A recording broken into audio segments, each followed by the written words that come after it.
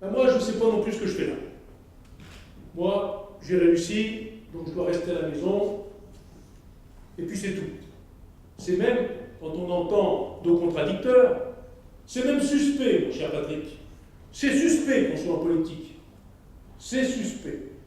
Alors, c'est suspect au point qu'on se demande bien, et on entend même ça un peu partout, de comment puis-je avoir fait fortune. Exceptionnel, ça encore.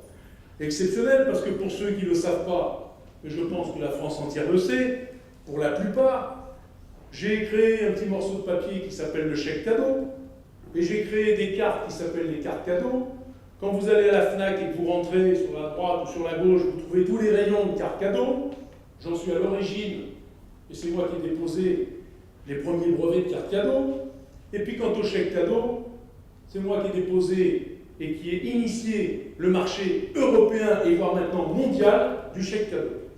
Et puis cette entreprise que j'ai créée en tant que fondateur, que j'ai dirigée pendant près de 30 ans, dans laquelle j'ai commencé avec un copain.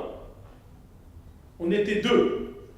Et pour laquelle j'ai fini avec 1200 salariés, en cédant cette entreprise à la Sodexo, groupe français coté en bourse qui a 65 000 salariés, eh bien on se demande encore comment je peux faire de la politique bénévolement.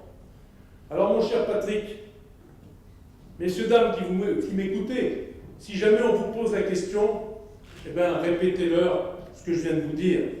Ça paraît quand même incroyable. Donc je fais de la politique bénévolement parce que ça me plaît. Et avant de faire de la politique bénévolement, j'étais vice-président d'association et j'étais un bénévole, comme tous les présidents d'associations de notre pays, qui ne prennent pas un centime.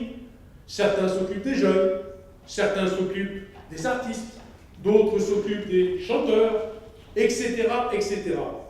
Et en tant que vice-président d'association, moi je m'occupais de deux types de problématiques, parce que c'était des problématiques. Je m'occupais des femmes battues dans le 92, et Dieu sait que c'est des sujets très difficiles, très pointus, très particuliers, et je m'occupais aussi des familles surendettées. C'était les deux sujets qui m'intéressaient, je l'ai toujours fait bénévolement, et évidemment, comme tu le disais si bien, eh ben on donne son temps. Et ces personnages, je les recevais quand? Ben, je les recevais de 19h jusqu'à des fois minuit. Alors, eh ben, si ça gêne des personnes que nous faisions de la politique bénévolement, eh ben, que grand bien leur fasse, et qui continuent leur critique par-ci, par-là, par nous et par vous, et dans les vallées, et où ils veulent, c'est des rigolos, et je leur dis haut et fort, et s'il y a des gens ici qui peuvent leur faire savoir, faites-leur savoir.